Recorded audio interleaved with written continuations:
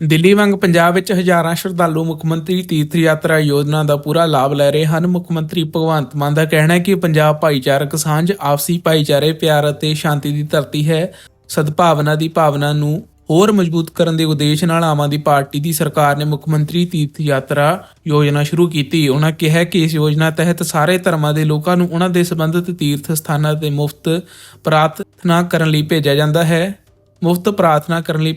ਹੈ।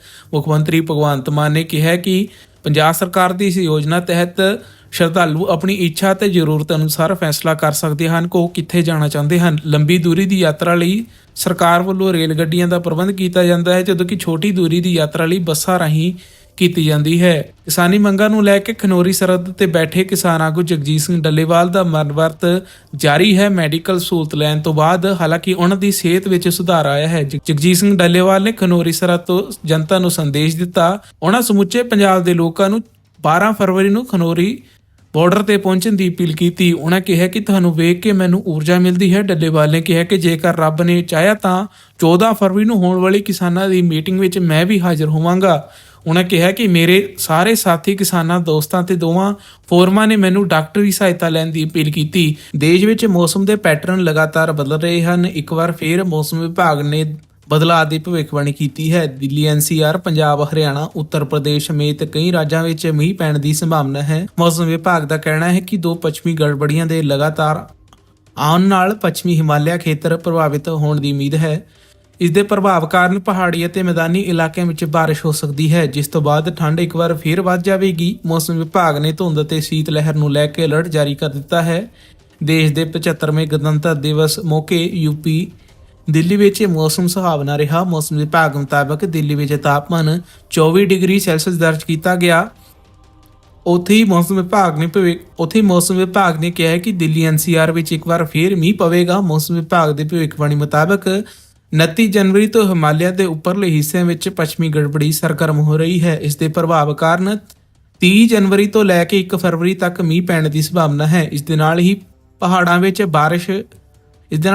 ਵਿੱਚ ਭਾਰੀ ਬਾਰਿਸ਼ ਹੋਣ ਦੀ ਸੰਭਾਵਨਾ ਹੈ। ਮੌਸਮ ਵਿਭਾਗ ਨੇ ਕਿਹਾ ਕਿ ਇਸ ਦੌਰਾਨ ਪੰਜਾਬ, ਹਰਿਆਣਾ ਅਤੇ ਪੱਛਮੀ ਉੱਤਰ ਪ੍ਰਦੇਸ਼ ਵਿੱਚ ਮੀਂਹ ਪੈਣ ਦੀ ਸੰਭਾਵਨਾ ਹੈ। ਮੀਂਹ ਦੇ ਪ੍ਰਭਾਵ ਕਾਰਨ ਇਹਨਾਂ ਰਾਜਾਂ ਸਮੇਤ ਬਿਹਾਰ ਤੋਂ ਝਾਰਖੰਡ ਤੱਕ ਪਾਰਾ ਡਿੱਗਣ ਦੀ ਸੰਭਾਵਨਾ ਹੈ। ਦੱਸਦੇ ਕਿ ਦਿੱਲੀ, NCR, ਉੱਤਰ ਪ੍ਰਦੇਸ਼, ਹਰਿਆਣਾ, ਪੰਜਾਬ ਦੇ ਪ੍ਰਭਾਵ ਹੇਠ ਆ ਸਕਦੇ ਹਨ। ਦੱਸਦੇ ਕਿ 30 ਜਨਵਰੀ ਤੋਂ ਲੈ ਕੇ 1 ਫਰਵਰੀ ਤੱਕ ਆਸ-ਪਾਸ ਦੇ ਮੈਦਾਨੀ ਇਲਾਕੇ ਵਿੱਚ ਹਲਕੀ ਬਾਰਿਸ਼ ਹੋ ਸਕਦੀ ਹੈ। ਦਿੱਲੀ, NCR, ਉੱਤਰ ਪ੍ਰਦੇਸ਼, ਹਰਿਆਣਾ, ਪੰਜਾਬ ਇਸ ਦੇ ਪ੍ਰਭਾਵ ਹੇਠ ਆ ਸਕਦੇ ਹਨ। ਮੌਸਮ ਵਿਭਾਗ ਦਾ ਕਹਿਣਾ ਹੈ ਕਿ ਮੰਗਲਵਾਰ ਅਤੇ ਬੁੱਧਵਾਰ ਨੂੰ ਉੱਤਰ ਪ੍ਰਦੇਸ਼, ਬਿਹਾਰ, ਉੜੀਸਾ, ਅਸਾਮ, ਮੇਘਾਲਿਆ, ਨਾਗਾਲੈਂਡ, ਮਨੀਪੁਰ, ਤ੍ਰਿਪੁਰਾ ਦੇ ਵੱਖ-ਵੱਖ ਇਲਾਕਿਆਂ ਵਿੱਚ ਸੰਘਣੀ ਧੁੰਦ ਪੈਣ ਦੀ ਸੰਭਾਵਨਾ ਹੈ। ਇਸ ਤੋਂ ਇਲਾਵਾ ਹਿਮਾਚਲ ਪ੍ਰਦੇਸ਼, ਪੰਜਾਬ ਅਤੇ ਰਾਜਸਥਾਨ ਦੇ ਵੱਖ-ਵੱਖ ਇਲਾਕਿਆਂ ਵਿੱਚ ਸੀਤ ਲਹਿਰ ਦੀ ਸੰਭਾਵਨਾ ਹੈ। ਪੰਜਾਬ ਕਾਂਗਰਸ ਦੇ ਪ੍ਰਧਾਨ ਅਮਰਿੰਦਰ ਸਿੰਘ ਰਾਜਾ ਵੜਿੰਗ ਨੇ ਪੰਜਾਬ ਦੇ ਰਾਜਪਾਲ ਗੁਲਾਬ ਚੰਦ ਕਟਾਰੀਆ ਨਾਲ ਮੁਲਾਕਾਤ ਕੀਤੀ ਅਤੇ ਅੰਮ੍ਰਿਤਸਰ ਦੀ ਮੇਅਰ ਚੋਣ ਵਿੱਚ ਧਾਂਦਲੀ ਦਾ ਦੋਸ਼ ਲਗਾਇਆ। ਉਹਨਾਂ ਦੇ ਨਾਲ ਵਿਰੋਧੀ ਧਿਰ ਦੇ ਨੇਤਾ ਪ੍ਰਤਾਪ ਬਾਜਵਾ ਅਤੇ ਕਾਂਗਰਸ ਆਗੂ OP ਸੋਨੀ ਵੀ ਮੌਜੂਦ ਸਨ। ਮੀਡੀਆ ਨਾਲ ਗੱਲਬਾਤ ਕਰਦਿਆਂ ਰਾਜਾ ਵੜਿੰਗ ਨੇ ਕਿਹਾ ਕਿ ਪਟਿਆਲਾ, ਲੁਧਿਆਣਾ ਤੇ ਫਿਰ ਅੰਮ੍ਰਿਤਸਰ ਵਿੱਚ ਮੇਅਰ ਚੋਣ ਵਿੱਚ ਜੋ ਹੋਇਆ ਉਹ ਪੂਰੀ ਦੁਨੀਆ ਨੇ ਵੇਖਿਆ ਹੈ। ਦੋਵਾਂ ਥਾਵਾਂ ਤੇ ਫਗਵਾੜਾ, ਅੰਮ੍ਰਿਤਸਰ ਨੂੰ ਵੇਖਦੇ ਹੋਏ ਤਾਂ ਉੱਥੇ ਸਾਡੀ ਬਹੁਮਤ ਆ ਗਈ ਸੀ। ਫਗਵਾੜਾ ਵੀ ਸਾਡੇ ਲੋਕਾਂ ਨੂੰ ਖਰੀਦਣ ਦੀ ਕੋਸ਼ਿਸ਼ ਕੀਤੀ ਗਈ। 5 ਕੌਂਸਲਰਾਂ ਤੇ ਪਰਚੇ ਦਰਜ ਕੀਤੇ ਗਏ। ਤੁਹਾਡੇ ਕੋਲੇ ਆਇਆ, ਇਸ ਇਲਾਕੇ 'ਚ ਬਹੁਤ ਸਾਰੇ ਪੰਜਾਬੀ ਭਰਾ ਰਹਿੰਦੇ ਆ ਔਰ ਪੰਜਾਬੀ ਜਿੱਥੇ ਖੜ ਗਏ, ਜਿੱਥੇ ਅੜ ਗਏ ਬਸ। ਸਤਿ ਸ੍ਰੀ ਅਕਾਲ। ਸਾਨੂੰ ਸਾਡੇ ਗੁਰੂਆਂ ਨੇ, ਸਾਨੂੰ ਸਾਡੇ ਸ਼ਹੀਦਾਂ ਨੇ ਸੱਚਾਈ ਦੇ ਰਸਤੇ ਤੇ ਚੱਲਣ ਦੀ ਪ੍ਰੇਰਨਾ ਦਿੱਤੀ ਹੈ। ਸਾਨੂੰ ਸਾਡੇ ਗੁਰੂਆਂ ਨੇ 10 ਨੌਹਾਂ ਦੀ ਕਿਰਤ ਕਰਕੇ ਨਾਮ ਜਪਣ ਦੀ ਤੇ ਵੰਡ ਛਕਣ ਦੀ ਸਾਨੂੰ ਪ੍ਰੇਰਨਾ ਦਿੱਤੀ ਹੋਈ ਹੈ। ਅਸੀਂ ਉਸ ਮਿੱਟੀ ਦੇ ਹਾਂ। ਸੋ ਵੀਰੋ, ਪੰਜਾਬ ਦੇ ਵਿੱਚ ਆਮ ਆਦਮੀ ਪਾਰਟੀ ਸਰਕਾਰ ਬਣੀ 2015 'ਚ। ਤੁਸੀਂ ਇੱਥੇ ਜਾਗ ਲਾਇਆ। ਉਹ ਸਿਆਣੇ ਕਹਿੰਦੇ ਆ ਕਿ ਦਹੀਂ ਜਿੰਨਾ ਮਰਜ਼ੀ ਜਮਾਉਣਾ ਹੋਵੇ, ਜਾਗ ਦਾ ਤਾਂ 1 ਚਮਚਾ ਚਾਹੀਦਾ ਹੁੰਦਾ। ਤਾਂ ਅਸੀਂ ਦਿੱਲੀ ਤੋਂ 1 ਚਮਚਾ ਜਾਗ ਦਾ ਲੈ ਲਿਆ, ਅਸੀਂ ਪੰਜਾਬ 'ਚ ਦਹੀਂ ਜਮਾ ਲਿਆ 2022 'ਚ। ईमानदारी का दही उत्थे भी जम गया और ਤੁਹਾਡੇ ਦੋਸਤ ਮਿੱਤਰ ਰਿਸ਼ਤੇਦਾਰੀਆਂ ਪੰਜਾਬ 'ਚ ਹੋਣਗੀਆਂ, ਫੋਨ ਕਰਕੇ ਪੁੱਛ ਲਓ 90% ਘਰਾਂ ਨੂੰ ਪੰਜਾਬ ਦੇ ਵਿੱਚ ਬਿਜਲੀ ਦਾ ਬਿੱਲ ਜ਼ੀਰੋ ਆਉਂਦਾ ਹੈ ਤੇ 50,000 ਮੁੰਡੇ ਕੁੜੀਆਂ ਨੂੰ ਨੌਕਰੀਆਂ ਦੇ ਕੇ ਆ ਤੁਹਾਡੇ ਸਾਹਮਣੇ ਖੜਾ ਮੈਂ। 1 ਰੁਪਈਆ ਵੀ ਕਿਸੇ ਦਾ ਰਿਸ਼ਵਤ ਦਾ ਲੱਗਿਆ ਹੋਵੇ ਜਾਂ ਕੋਈ ਸਿਫਾਰਿਸ਼ ਲਾਉਣੀ ਪਵੇ ਤਾਂ ਫੋਨ ਕਰਕੇ ਪੁੱਛ ਕੇ ਲਾਂਭਾ ਦੇ ਦਿਓ ਮੈਨੂੰ कि जी 1 रुपया लग गया सी। सो जो नीयत साफ होवे सब कुछ हो सकता है। अरविंद केजरीवाल ऐसा बंदा है जिसकी नीयत साफ है। हम सब चाहते तो पैसे कमा सकते थे अपने प्रोफेशन से। हम राजनीति को धंधा बनाने नहीं आए, राजनीति को हम प्रोफेशन बनाने नहीं आए।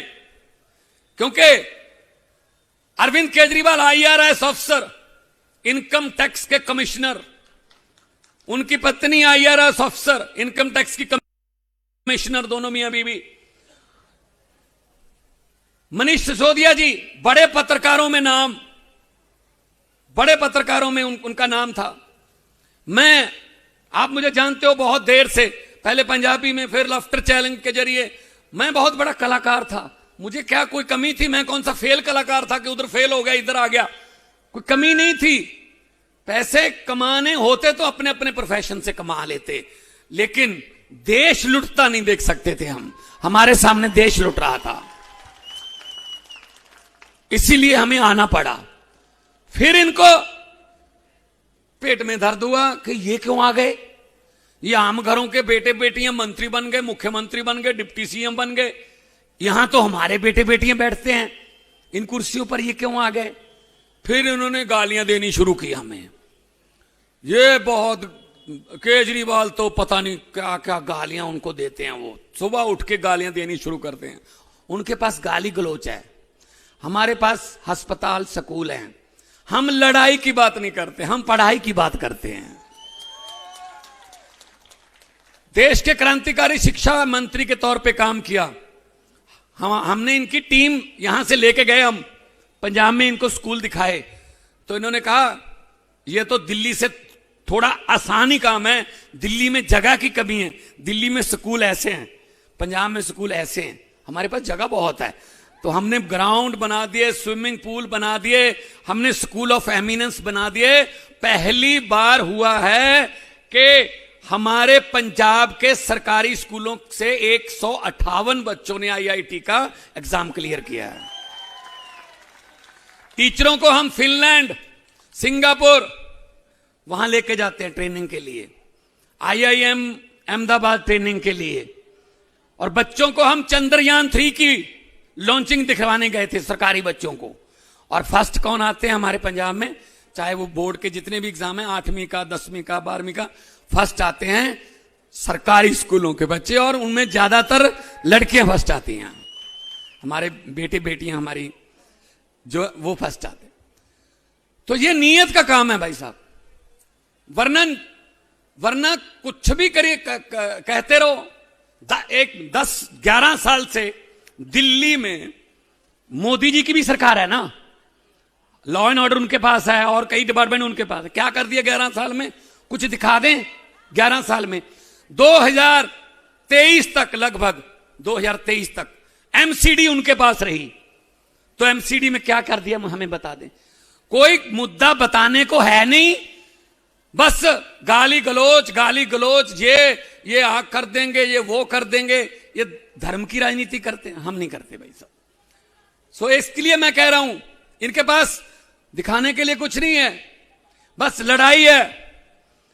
मैंने पूरी दिल्ली घूमी है, मुझे पता चल गया बीजेपी के पास कोई एजेंडा नहीं, कांग्रेस का पूरी दिल्ली में मैंने देखा झंडा नहीं, और केजरीवाल जैसा किसी के पास डंडा नहीं। काम करवाना हो तो उसको काम करवाना आता डंडे से, चाहे धरना दें कैसे करें। तो इनका तो ये काम है भाई साहब। घूम रहे हैं, बड़े बड़े मंत्री ले आए, बड़े बड़े मुख्यमंत्री ले आए, दिल्ली की गलियों में घूम रहे हैं। ऐसे नहीं होता भाई। हुकूमत वो करते हैं जिनका दिलों पर राज होता है। यूं कहने को तो मुर्गे के सर पे भी ताज होता है। तो दिल पर राज कौन करता? केजरीवाल। और आप केजरीवाल के दिल में बसते हैं, केजरीवाल आपके दिल में बसता है। बात दिल की है भाई साहब, दिल का मामला है, ये दिल का मामला है, अपना दिल का मामला है, बीजेपी का मामला ही गड़बड़ है। सो इस करके ਤੁਹਾਨੂੰ कहना चाहना कि इन्हों तो बचियो, ये आउणगे तुहाडे कोले, जिस तरह मनीष भाई ने कहा।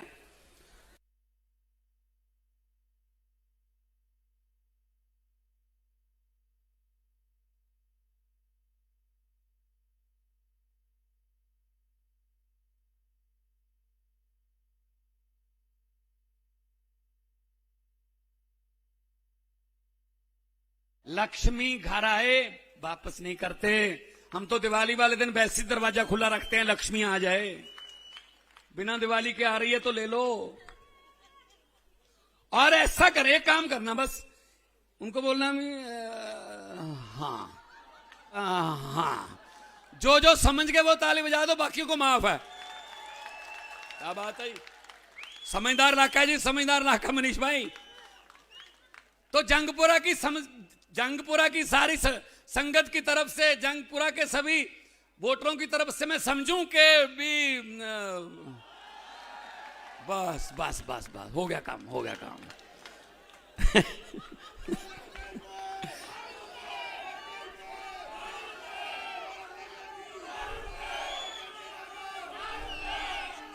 देखो यही फर्क होता है। देखो ये जो नारे लगा रहे हो खुद लगा रहे हो, ये भड़ास है, 75 सालों की भड़ास निकल रही है, ये खुद ही लगा रहे हो नारे, दिल से लग रहे हैं। नारा दिल से जब लगता है ना तब मजा आता है। देखो आपको हम दिहाड़ी पे नहीं लेके आए, कोई लालच देके नहीं लेके आए, आप खुद आए हो।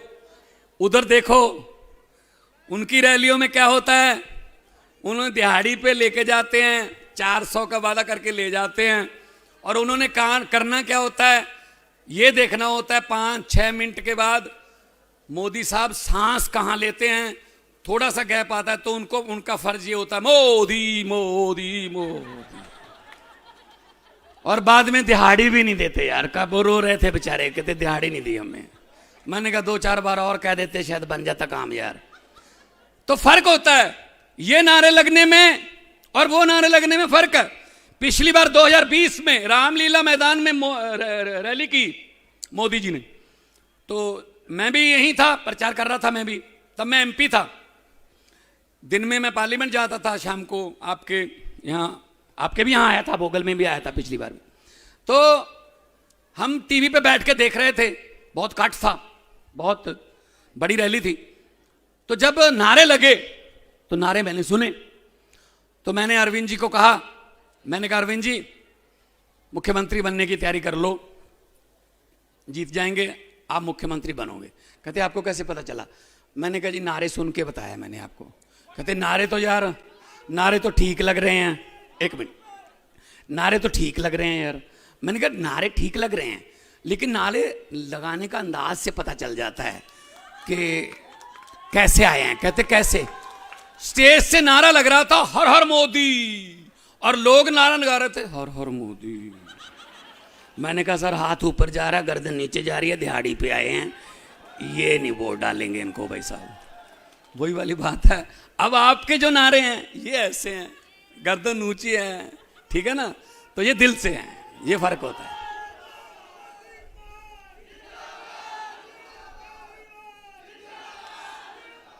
तो ये बात ये नहीं है कि हमें कोई शोहरत चाहिए या कुर्सी चाहिए। मुझसे पत्रकारों ने पूछा कि जिस कुर्सी पर आप पिछले 3 साल से बैठे हो मुख्यमंत्री, इस कुर्सी पर बैठकर बड़े बड़े उनके दिमाग खराब हो गए, आपका दिमाग क्यों नहीं खराब हुआ? मैंने कहा जी फर्क सिर्फ इतना है, पहले वाले कुर्सी पर बैठकर मशहूर होते थे, मैं मशहूर होकर कुर्सी पे बैठा हूं, ये फर्क है बस। सो हमें कुछ यह नहीं चाहिए। मैं पंजाबी दे विच एक तुहानूं चीज़ सुनाना। मेरे वर्गे कमले नूं, मेरे वर्गे पगले नूं किसी ने कहा, जिन्ना समा तू इधर लाया अपने काम कारती ला लेंदा, जिन्ना समा तू इधर लाया अपने काम कारती ला लेंदा, हुण तक तू मेरा मित्रा पैसे बहुत कमा लेंदा, पैसे नाल पोजीशन बनदी, कोई कारोबार चला लेंदा, ਧਨੀਆਂ ਦੀ ਸੂਚੀ ਵਿੱਚ ਤੂੰ ਵੀ ਆਪਣਾ ਨਾਂ ਲਿਖਵਾ ਲੈਂਦਾ। ਅੱਗੇ ਜਵਾਬ ਆਇਆ, ਗੱਲ ਤਾਂ ਤੇਰੀ ਠੀਕ ਹੈ ਮਿੱਤਰਾ, ਮੈਂ ਪੈਸੇ ਬਹੁਤ ਕਮਾ ਲੈਂਦਾ, ਧਨੀਆਂ ਦੀ ਸੂਚੀ ਵਿੱਚ ਮੈਂ ਵੀ ਆਪਣਾ ਨਾਂ ਲਿਖਵਾ ਲੈਂਦਾ, ਪਰ ਰੁੱਖਾਂ ਨਾਲ ਛਾਵਾਂ ਮਿਟਦੀਆਂ, ਇਹ ਸਮਾਂ ਸਭ ਨੂੰ ਢਾ ਲੈਂਦਾ।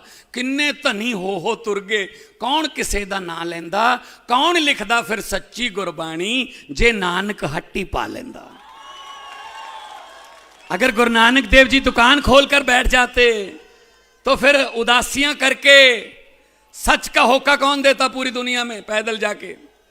तो फिर अगर गुरु नानक देव जी दुकान पर बैठ जाते, पंजे से पहाड़ कौन रोकता, सज्जन ठग जैसों को कौन सुधारता, मलिक भागो और भाई लालो की रोटियों के बीच में से फर्क कौन निकालता, कौन सी हराम की कमाई है, कौन सी हक हलाल की कमाई है। हर बात पैसे के लिए नहीं होती भाई साहब। तो पत्रकारों ने मुझसे पूछा 2022 में कि आपने 2020 में दिल्ली में और 2022 में पंजाब में ये बीजेपी की आंधी को कैसे रोक दिया। मैंने कहा इसमें तो कोई रॉकेट साइंस नहीं है। कितनी बताई तो सी ना, देखो पंजाब में रोक दिया आपने, पंजाब में पता हो कि बीजेपी की कितनी सीटें हैं, 117 में से 2। चाहें तो स्कूटर पर बैठकर भी विधानसभा आ सकते हैं। तो बोले कैसे रोक दिया दिल्ली में और पंजाब में आपने बीजेपी की आंधी को, कैसे रोक दिया। अभी भी पत्रकार खड़े हैं, उनको बता देता हूं, कोई रॉकेट साइंस नहीं है। मैंने पत्रकार से पूछा, मैंने कहा बीजेपी का चुनाव चिन्ह क्या है, बोले कमल का फूल। मैंने कहा आम आदमी पार्टी का चुनाव चिन्ह क्या है, बोले झाड़ू। मैंने कहा कमल का फूल कहाँ उगता है, बोला कीचड़ में। मैंने झाड़ू का क्या काम है, बोला कीचड़ की सफाई करना। मैंने कहा हमने झाड़ू से कीचड़ साफ कर दिया, पंजाब और दिल्ली में कमल उगे ही नहीं भाई साहब, आप भी सफाई कर दो। और हमारा तो चुनाव चिन्ह ही ऐसा है कि किसी को बताने की जरूरत नहीं, माएं बहनों को तो बताने की बिल्कुल ही जरूरत नहीं। ये तो सुबह सुबह 5 बजे अंधेरे में भी ढूंढ लेती हैं घर पे, कहां कहां झाड़ू पड़। आप खुश मत होइए, जरूरत पड़े तो इस समय भी ढूंढ लेती हैं कहां पड़ा है, करता सफाई है वो। तो इस झाड़ू से पहले हम सिर्फ दुकान या मकान साफ करते थे, अब अरविंद केजरीवाल की अगुवाई में इस झाड़ू से पूरा हिंदुस्तान साफ किया जाएगा भाई साहब, पूरा हिंदुस्तान साफ करेंगे। तो आओ इकट्ठे होकर जंगपुरा की जंग को जीते, आओ इकट्ठे होकर हमारे वोट को खरीदने वालों को और हमें बिकाऊ समझने वालों को जवाब दे दें कि हम बिकाऊ नहीं हैं। हम तुम्हारी जैकेट से, हम तुम्हारे जो 1100 रुपये बांट रहे हैं, अब मेरे भी 32 दांत हैं, मेरी बात कई बार सही हो जाती है। मेरी माँ भी मुझे कहती रहती है, बेटा थोड़ा ध्यान से बोला कर, तेरी बातें सच्ची हो जाती हैं। मेरे मुंह से कल परसों निकल गया एक टीवी की इंटरव्यू में, मैंने कहा जो जूते बांट रहे हैं ना, यही जूते उनको पड़ेंगे। मैंने कहा अब देखना। तो ये भाई साहब लोकतंत्र है, लोकतंत्र में लोग बड़े होते हैं, नेता बड़े नहीं होते। और लोग जब चाहें आदमी अर्श पर, और लोग जब चाहें आदमी फर्श पर। तो मैं ये कहने के लिए आपके पास आया हूं कि इनकी बातों में मत आना, ये बड़े बड़े वादे करते हैं। देखो पहले कहते थे अरविंद केजरीवाल फ्री की रेवड़ियां बांट रहा है, मोदी साहब कहते थे कि जी महिलाओं को बसों में फ्री कर दिया सफर, फ्री की रेवड़ी है। ये बिजली पानी मुफ्त कर दिया, फ्री की रेवड़ी है। ये स्कूलों में कोई फीस नहीं लगती, फ्री की रेवड़ी है। इलाज फ्री कर दिया, ये फ्री की रेवड़ी है। ये बुजुर्गों का इलाज करवा रहा है, जब बुजुर्गों को तीर्थ यात्रा पे लेके जा रहा है, फ्री की रेवड़ी है। जब इनको किसी ने बताया, वैसे आमतौर पे ये सुनते नहीं है किसी की, लेकिन कोई आ गया होगा बेचारा, किसी ने बताया सर केजरीवाल ने 2100 रुपया अनाउंस कर दिया और ये तो महिलाएं तो धड़ाधड़ रजिस्ट्रेशन करवा रही हैं, क्योंकि केजरीवाल पर यकीन है कि वो 2100 देगा। वो ऐसे बात कहता नहीं है, हवा में नहीं छोड़ता। तो उन्होंने कहा फिर हम क्या करें, कहते फिर 2500 कर दो।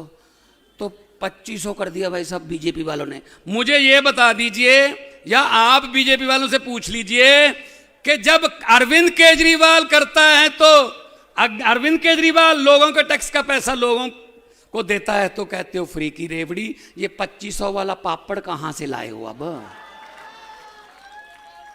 15 लाख आ गया, पहले 15 लाख आ गया, काला धन आ गया, 2 करोड़ नौकरी हर साल मिल गई, तो यकीन ही नहीं है, यकीन ही नहीं है। जब कुछ किसी भी बात को, हमारे प्रधानमंत्री जी तो किसी भी बात को कहीं से भी जोड़ देते हैं।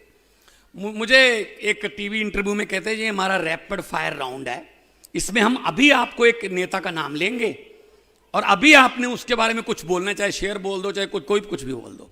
मैंने कहा चलो जी। कहते जी सुखबीर सिंह बादल। मैंने कहा जी पहाड़ों वाले स्कूलों में पढ़े हैं, पंजाब भी ना लिखनी आती है ना पढ़नी आती है, पंजाब का राजा बनना चाहते हैं, ये हो नहीं सकेगा। कहते जी कैप्टन अमरिंदर सिंह। मैंने कहा जी राजा लोग हैं, महलों में रहने वाले लोग हैं, जब मुगलों का राज था मुगलों के साथ थे, जब अंग्रेज़ों का राज था अंग्रेज़ों के साथ थे, जब कांग्रेस का राज था कांग्रेस के साथ थे, जब अकालियों का राज था तो अकाली दल के साथ थे, आजकल बीजेपी का राज है तो बीजेपी के साथ है सर, तो लोगों के साथ तो कभी हुए ही नहीं है। बोले अरविंद केजरीवाल। मैंने कहा जी भगत सिंह का शेर याद आता है कि इस कदर वाकिफ हो गई है मेरी कलम मेरे किरदार से, इस कदर वाकिफ हो गई है मेरी कलम मेरे किरदार से कि इश्क भी लिखना चाहता हूं तो इनकलाब लिखा जाता है। बोले जी अपना नरेंद्र मोदी। मैंने कहा जी किसी भी बात को किसी भी बात से कहीं से भी जोड़ तोड़ के बोल देते हैं, साथ में कहता मैं गारंटी देता हूं और कहते हैं मेरा पुराना नाता, हर बात से कह देते हैं। कहते कैसे? मैंने कहा पिछले दिनों चंद्रयान की जो थी ना लॉन्चिंग, वहां पे प्रधानमंत्री जी गए और लाइव चल रहा था। मैंने कहा मैं भी देखूंगा भाई, देश का चंद्रयान जा रहा है, चांद की तरफ जा रहा है देश। तो वहां उन्होंने प्रधानमंत्री जी ने भाषण दिया कि मेरा, वो इसरो वाले करते हैं ना, वो इसरो श्रीहरिकोटा से, तो उन्होंने कहा मेरा इसरो से बहुत पुराना नाता है। मैंने सोचा भगवंत मान, ये इसरो तो पढ़े लिखों का काम है, ये तो साइंसदानों का काम है, और साइंस वैसे भी साइंस का विषय 10वीं के बाद शुरू होता है, तो इनका क्या नाता भाई इसरो से? मैंने कहा कैसे जोड़ेंगे ये नाता? कहते जब मैं पढ़ाई करता था स्कूल में, तीसरी चौथी कक्षा में पढ़ता था, तो पढ़ाई में मेरा हाथ तंग था, हर टीचर सबसे पहले आके क्लास में मुझे कहता था तू अब इसरो में बैठ, अब इसरो में, अब इसरो में, अब इसरो में। इसरो से मेरा पुराना नाता है। क्या करें भाई साहब, देश के पल्ले पड़ गए, क्या करें अब? करें क्या? मुझे ये तो बता दो करें क्या भाई, सुनना पड़ेगा अब। कहते नाली के पानी की गैस से चाय बन सकती है। कहते बादलों में अगर जहाज उड़ालें तो रडार काम नहीं करता। बताइए भाई साहब क्या क्या चल रहा है यार देश में। तो मैं, जब उन्होंने कहा, एक सबसे मुश्किल क्वेश्चन कर दिया कि भगवंत मान अपने बारे में मैं क्या बोलूं, मैंने कहा जी अगर मैं अपने बारे में बोलना चाहूं तो यही कहूंगा, जे मैं देखा अमला बल्ले तक कुछ नहीं मेरे पल्ले, जे मैं देखा अमला बल्ले तक कुछ नहीं मेरे पल्ले, जे मैं देखा लोकां दी रहमत बल्ले